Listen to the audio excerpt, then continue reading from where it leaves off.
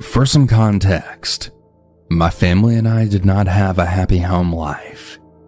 We often would move around every year, if not several times a year. My stepdad had a severe drinking problem, and my mom had varying levels of drug issues. This story takes place after we moved from North Carolina to Winslow, Arizona. I was just about 8 or 9 years old at the time. I never truly understood why we moved out that way. My mom said it was to visit her stepfather, whom we ended up living with for a few months, before leaving due to the violence. We're a family of 5, and we eventually moved in and out of motel rooms for the remainder of our time in Arizona. My parents had a rule that we kids, my 2 brothers and myself, could not spend the day in the motel room. This rule had no exclusions, despite Arizona being over 100 degrees outside most days. We would even have to eat our meals outside and had limited bathroom breaks. My brothers and I would often occupy our time seeing if the soda machines were left unlocked again, or just baking in the sun until we were permitted to go to bed. If we were lucky, sometimes another kid would be living in the motel and we would try to get them to play with us. One of the longer staying residents was a girl named Daisy, somewhere around my age. She was kind of a brat, but I was grateful for her company. I would often knock on her room door and ask her father if she could come out to play. On the day of the story, my brothers and stepfather were gone for some reason or another. This meant I was left alone outside.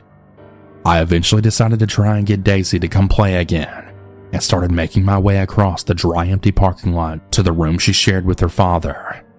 As I was making my way over, I saw the window curtains move suddenly, as if someone were watching me approach. I paused and waited, just before stepping into the sidewalk right outside of Daisy's room, assuming it was her making her way outside to meet me. Just as I started to second guess what I had witnessed, Daisy's door swung open, and no one stepped out. Nervously, I called out Daisy's name. Someone did come out, but not Daisy. There in the doorway, and quickly approaching me, was a tall, straggly woman with messy and matted blonde hair. Her eyes were blue, which I had only noticed because of how intensely she stared. Her eyes were impossibly wide. Her fast approach scared me, and just as I turned and ran, I felt the woman's tight grip around my waist. I froze, shocked that a stranger would just grab onto me. As our eyes met again, she smiled with a toothy grin and said, "I know you. I know who you are. You're a star. I know you. I know your destiny. You are star. You are destiny. I can show you." She would repeat the same phrase, never seeming to blink, as she began pulling me towards the room she came out of. I remember pulling and trying to yank my arm away from her, but her grip was too tight. I began to panic, not knowing how to make her let go. I started to scream at her, hoping to startle her, but she kept pulling me closer to her room. She suddenly tripped and fell, letting me go. I took the opportunity to try and get away from her, but she recovered quicker than I expected, and this time she grabbed onto my ankle. Her new hold on me caused me to fall to my stomach. More desperate than ever, I began to scream and flail, trying to cause her to let go of me again, but she just took hold of my other ankle. Realizing I couldn't overpower her, I looked towards my family's room. I was so scared and I couldn't think clearly, and just cried for my mother, hoping she'd hear me from inside the motel room. She never did. I just remember calling out to her, begging her to hear me, to help me. I suddenly felt the sidewalk scraping the skin of my stomach, causing me to realize how much further I was dragged from my motel room. I felt such despair and hopelessness. I began to mentally shut down and give up. Out of nowhere, I heard a man's voice yell out behind me, "Hey, what are you doing?" The woman's grip loosened just then, allowing me to kick her, knocking her back, and finally setting me free. I flipped onto my back and sat up, seeing Daisy's father emerge from the same room the woman came out of. He quickly made his way, trying to comfort me and make sure I was okay. I was so confused and I can't even really remember what he said, but he was just begging me not to tell anyone what happened. He then moved away from me, grabbed the woman, and pushed her back into the motel room. I collected myself and ran to my family's room, where my mom was relaxing and just watching TV. I explained to her what happened, and she stormed out of the room to confront them. My memory is extremely fuzzy at this point. I was just terrified from the events. The cops were called by someone, and I remember looking out of the window of my motel room and seeing the woman in the backseat of a cop car now pulling away. For the last time, our eyes met, causing her to frantically ram herself against the window, screaming. Even though I couldn't hear what she said, I know she was trying to tell me again that she knew me. I don't know what her problem was, but she definitely had a few screws loose.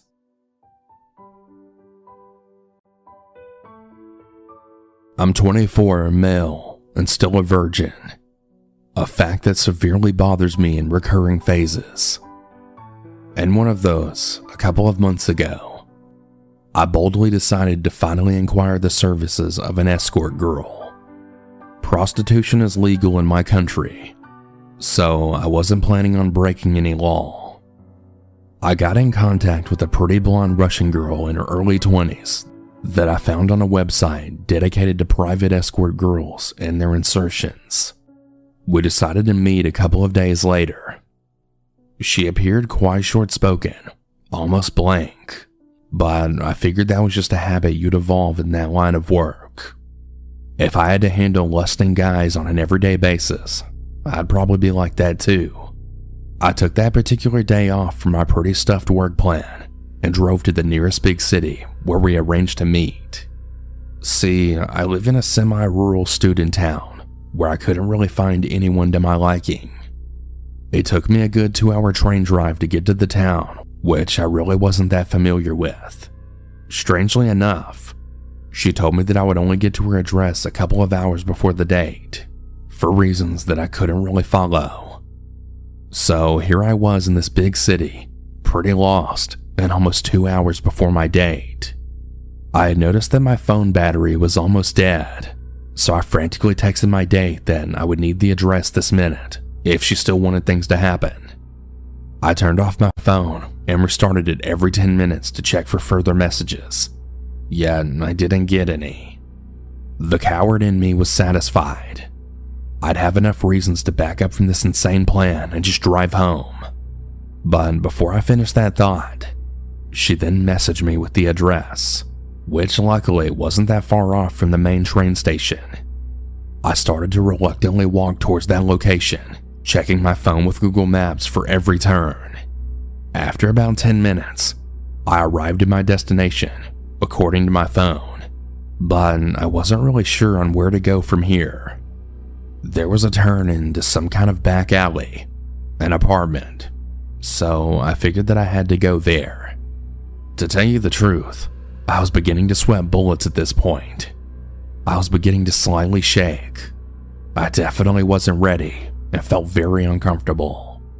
I still had 40 minutes before the appointed time, and so I decided to sort of roam the area before I would note my date. I must have looked like a madman, or as if I had just committed a murder. I walked around the area in circles about 2 times, and then notified the girl. I was being told that I had to get myself a room in a motel that was in that very alley after another left turn, and that she would then go to the respective room after I told her my number. I was relieved. I'm a student. I only had just about the money for the services that she was offering. I surely didn't have the money to pay for some extra rooms. So I was already on my way back, 5 minutes in, texting her that I'm truly sorry for the misunderstanding and that I didn't bring any extra cash for motel rooms. Yet she stopped me dead in my tracks and told me that the room was already calculated in her services. Oh, fuck me. Well, I went back and I made that additional left turn, and there it was. Some 2-story cubicle form motel hidden in the midst of the other buildings surrounding it.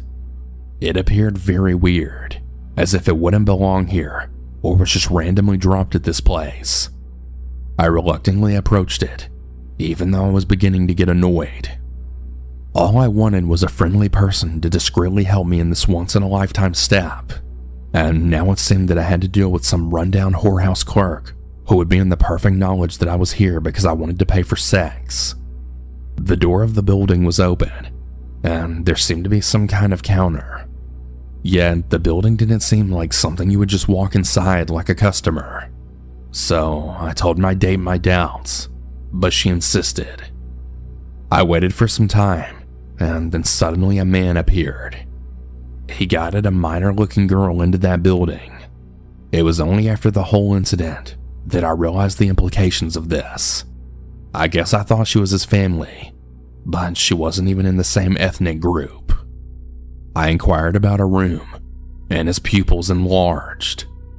He looked scrawny, nervous, and kind of out of it. As you can imagine hearing this, you might recognize these red flags instantly. But given the fact that I was so scared that I felt like a bag of nerves, my guard was severely lowered. Also, I'm a semi-big and muscular guy, so I'm not necessarily used to feeling physically threatened. The reason that I'm a virgin isn't my looks. I'm antisocial.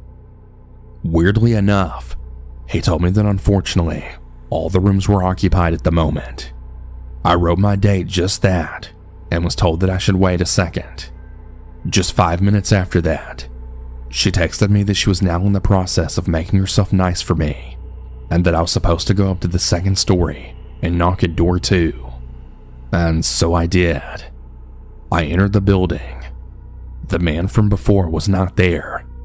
Nobody seemed to be there. My first impression was that it looked weirdly sterile, bright one-sided color patterns. I hesitantly walked up the stairs that were directly next to the entrance, step by step. It was dead silent. If all the rooms were in fact occupied at that moment, they sure were a silent bunch. I knocked at the door. It took suspiciously long for the person to open the door, but she was telling me that she was still prepping herself up after all. I heard her approaching the door and some kind of noise. Some clicking sound, or the sound of something closing. She finally opened the door, and to my surprise, there didn't stand the attractive 20-something Russian girl that I texted with, but some ugly, stocky, at least 50-year-old hag with leather-like skin. Before I even comprehended the situation, I had already stepped inside of the room out of reflex, and I noticed the door closing behind me. Fight or flight then kicked in, even though I didn't feel any particular danger coming from that person. She tried to lure me inside of the room with those expressionless eyes, the dead friendliness of a lizard. I must have stuttered like an idiot trying to find a way out. I don't exactly remember what I told her.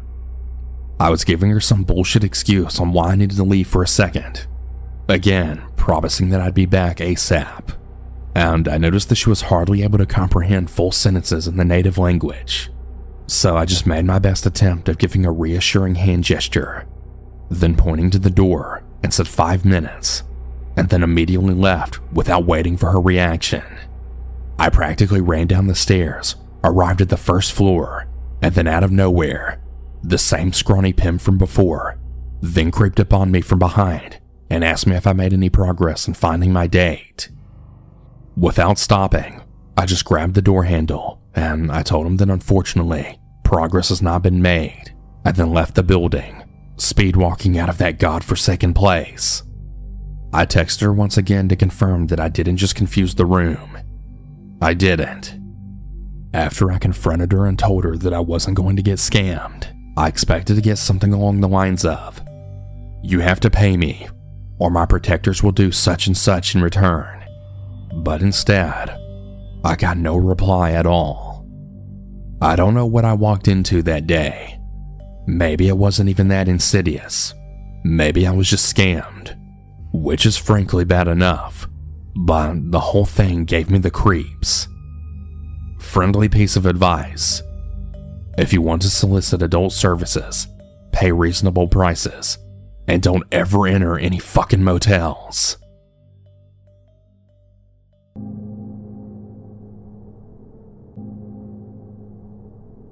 I'm a woman, and looking back at the story, I recognize everything I did wrong, and am horrified. But it's a good warning. I am generally a very skeptical, aware person. Lock my car doors right after I get in, trust gut feelings, and don't talk on my phone while walking, etc. I'm shocked by how off guard this caught me. Last week I was traveling to Phoenix on business and stayed in an embassy suite. Nice hotel, stayed there lots of times without problems. I have noticed it is pretty lightly staffed, but no issues. At 6:45 in the morning, my hotel room phone rang. I answered, thinking it must be the front desk, and the person on the other end says, "Hi, is this Jenny?" I said yes, and had the TV on in the background, so couldn't hear him, so I said, "Hang on a second," and muted it. He then said, "Oh, I'm sorry. Are you having a meeting? Am I interrupting?" "No, it's just the TV. Can I help you?" First, let me just tell you, this guy was extremely suave, charming, and disarming. Suave, but not in a slimy way, just totally friendly and nice. Long story short, he goes down this whole path of saying, "You aren't going to believe who this is. It's a blast from the past. Do you know who this is?" Super fun and playful, like a friend would be if they were calling you out of the blue. I do a lot of work in Phoenix and have for many years, and I changed my cell phone number about a year ago. So while it would be incredibly odd for someone to call me at the hotel, I really was trying to rack my brain and figure out who might have heard I was in town and wanted to get in touch. Finally, I told him I didn't know who he was and he'd have to tell me. "Okay, I'll tell you, but you have to guess a city first. Think of a time you met someone in another city, had a great time, and never saw them again.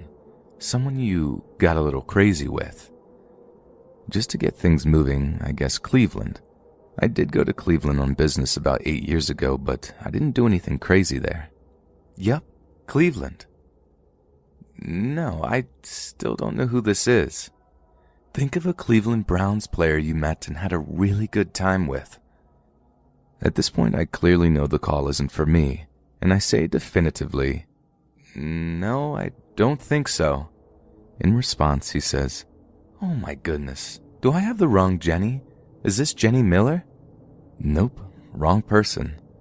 So he, in a very friendly and engaging way, tells me, "I called the front desk and they must have just been going down the room list and connected me to the wrong Jenny. Well, since I'll never meet you in person, I'll tell you, I met this girl in Cleveland about 2 years ago, and we were both married, but we just had an awesome time, and it was all about the sex. She drunk texted me 2 weeks ago, and she told me she was going to be in town, and I thought I'd call her and surprise her." I kind of chuckled and said, "Oh, interesting. Well, good luck." He, again charmingly, starts to flirt with me. I don't remember exactly how the conversation went, but it was moving quickly and was something along the lines of, "Sounds like you had a crazy time in Cleveland too. Well, since I'll never meet you in person." By the way, creepy that he repeated this twice. It stood out to me. "Let me ask you, are you as pretty as you sound?" Then he described himself and asked me, which I very foolishly told him my age, city I'm from, and that I'm married. He then says, "Hey, tell me what happened for you in Cleveland."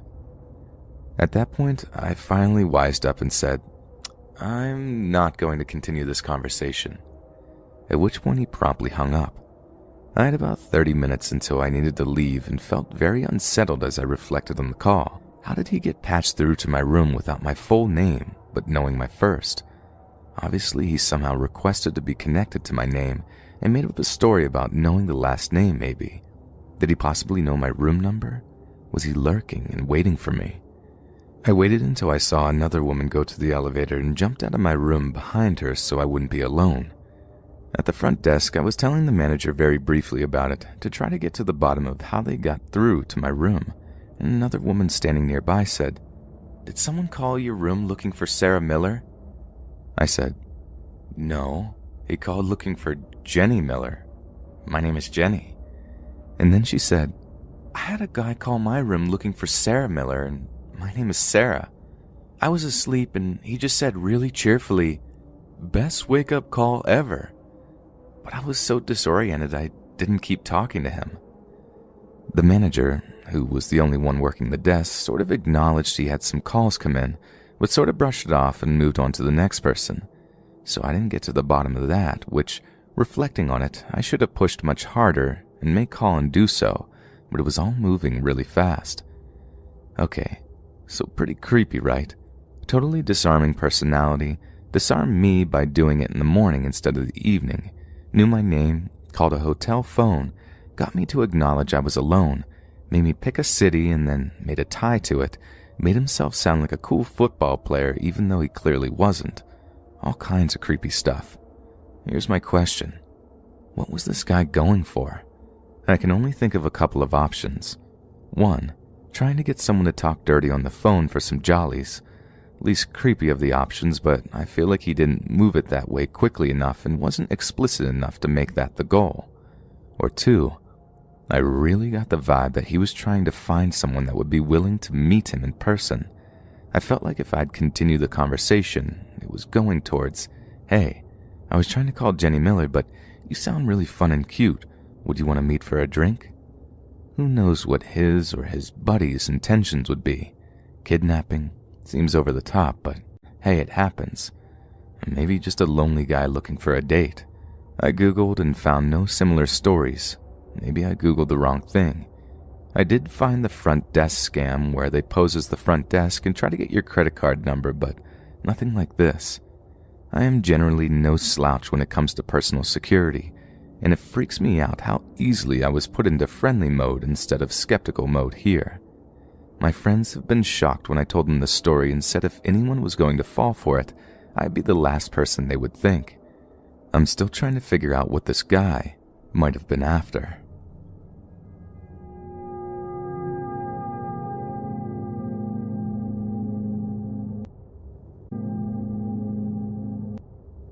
This happened in the summer, and I believe I was about 12 at the time.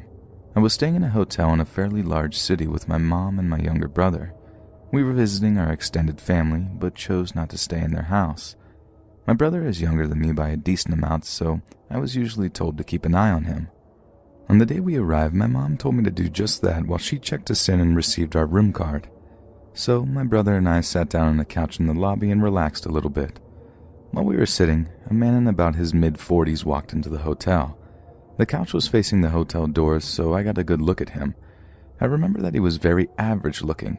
Describing his features and details could generate several different images. The guy comes in and sits on the couch opposite ours. I didn't think anything of it until I realized that he didn't go up to the counter first. He just came in and sat down. It made me feel a little uncomfortable. I thought that he might have followed us in. Thankfully, my mom called us over and told us that our room was ready. We left the lobby and went to our room. Shortly after, we left the hotel to go meet family. I forgot about the man for the rest of the day. We returned at about 7, and my mom told us that we could go swimming in the hotel pool. We all went to our rooms, changed, and went to the pool. A few minutes after we got into the water, the same man from before walked in and sat down. He was wearing jeans and a sweater, so he definitely wasn't going swimming. Again, we didn't think much of it, until I could see that my mom was visibly worried. She pointed him out to me and said that if he didn't leave within 5 minutes, we needed to go back to our rooms. 5 minutes passed and he was still there, so we got our things and left. By then, it was close to 8. We had brought a rented movie to watch, so we planned to watch that and go straight to bed. I noticed that my mom was a little on edge because of the man watching us, and I got a little more worried myself too. Halfway through the movie, my mom got up to get in the shower. While she was in there, someone knocked on the door and said, "Housekeeping," in a high-pitched voice. I thought it was weird that the cleaning staff would come this late, but we needed another towel, so I answered the door. I wish I hadn't been so stupid. It was the creepy man. He gave me a smile and a little wave. I just stood there, kinda motionless. My mind automatically went to the worst possible situation. Kidnapping, torture, etc. I heard the water in the shower turn off. He stood there as well for a moment, and then he spoke. "How was your swim?" At that moment, my mom came out of the shower, saw the man at the door, pulled me back, and slammed the door. She locked it, then she called the front desk from our hotel phone to report the guy. I told her to just call the police, but she didn't listen. She then requested we switch rooms. I then heard footsteps stomping down the hallway away from our room. Thankfully, the guy had left. After that, we switched hotel rooms and didn't see the guy again during our stay. It all started when I woke up to the sound of someone hammering on my apartment door. That was the first fright I got that night, heart pounding in my chest as I grabbed the bat I kept under my bed and headed towards the door. First thing I do is look through the peephole to make sure it's not anyone sketchy, but I'm greeted by the sight of one of my neighbors. She looks terrified. She's covered in blood, and I can see just through the peephole that her face is a mess. I open up the door, she runs inside and immediately says, "You gotta get me out of here. My boyfriend's trying to kill me." I start to ask her what happened, and she says something like, "There's no time. Just please get me out of here. I swear to God, he'll kill you too for just helping me."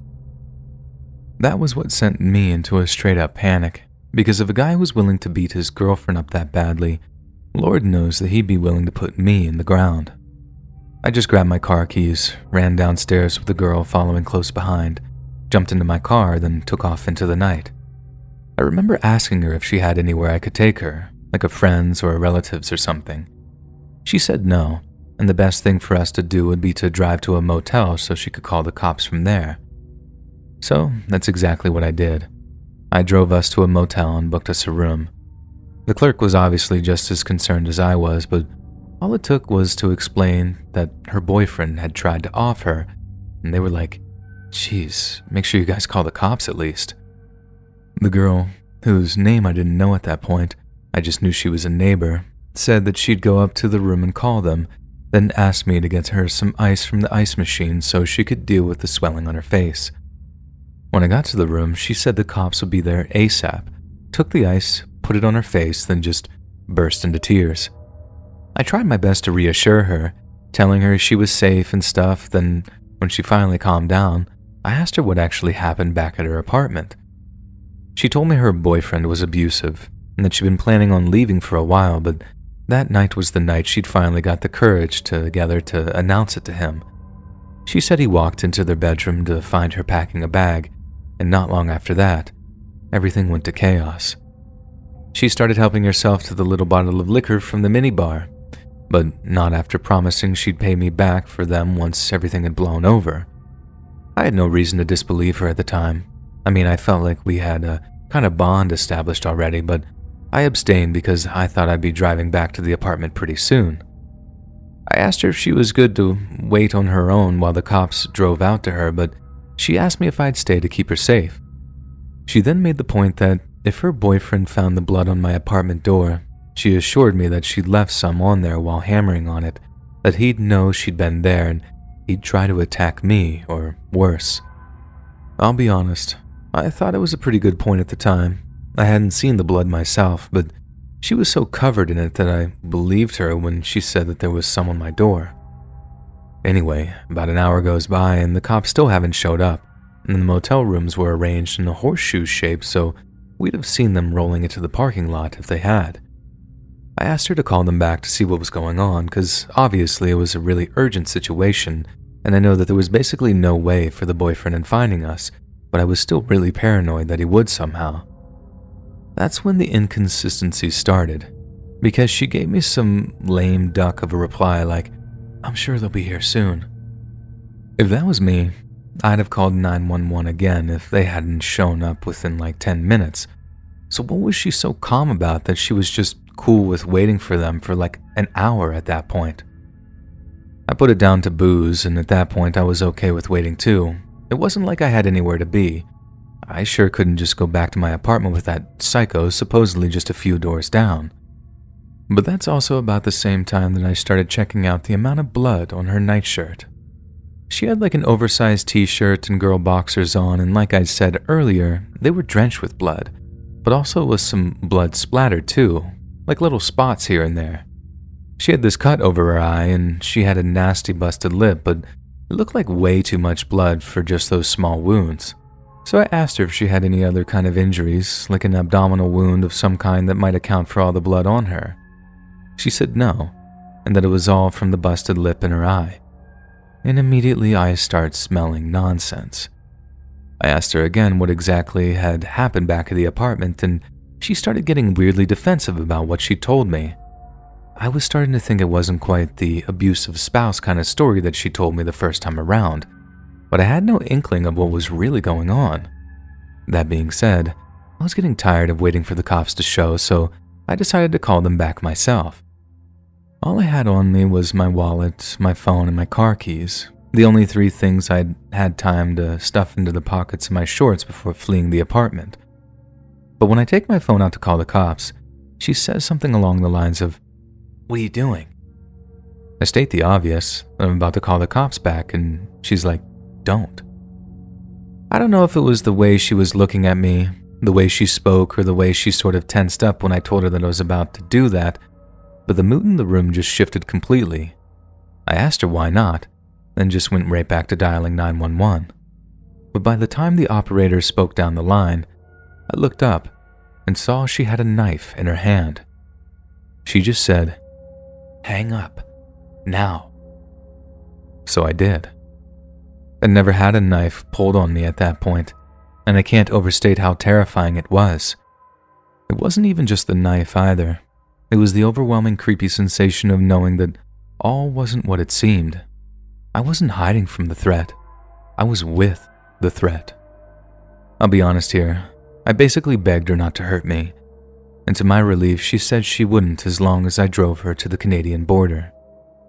Given this was in Detroit, the border isn't all that far, but I didn't want to catch charges for aiding and abetting or whatever, so I knew I had to think of something to stop that from happening.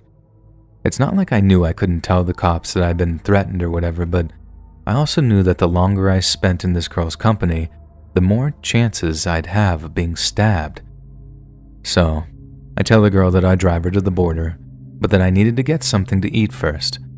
I play it like I wanted to stop somewhere on the way, knowing she'd reason me down to getting something delivered from a 24-hour joint. She also stated that she'd be the one going down to pick the food up, as she didn't want me having the chance to sound the alarm. That's where she messed up, because she didn't seem to realize, to my infinite relief, that I could order from DoorDash and put something in the notes about needing the cops called to the motel. My whole plan hinged on there being a driver around that late at night, but thank God there was, and I was even able to show her the order without bringing up the notes section that mentioned needing 911 called to the motel. And the cops played it perfectly too. They showed up without any lights and sirens on, didn't park in the lot, walked up to the motel room without being spotted from the window, then just knocked on the door like they were a delivery driver. She walks over, opens up the door, then boom, they had a gun and a taser drawn on her before she even knew what was happening.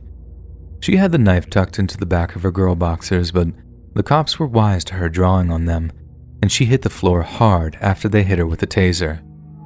Turned out they'd been looking for her because, get this, she was the abusive partner who'd stabbed her boyfriend almost to death before finding some poor schmuck, i.e. me, to drive her to the border. Dude almost bled to death in their apartment but managed to crawl to another neighbor's place to get help. You should have seen the amount of blood in the hallway when I got back to my apartment building, and the whole place was crawling with cops and forensic gear. I thought I might be able to drive over to a friend's place to stay the night, contaminating a crime scene or whatever, but they had this section of the corridor closed off so I could actually get into where I lived. The cops came to my apartment in the morning to take my statement down and to fill me in on what they thought had happened. That's how I found out exactly what the deal was. It was 100% the craziest, most frightening thing that's ever happened to me ever in my life. And just the fact that I was part of it seems completely surreal to me. But the thing that sticks with me is how easily I swallowed her nonsense story at first. How I thought it was helping someone I knew, someone I could trust, when in reality, one wrong move, and I might not actually be around to tell you this.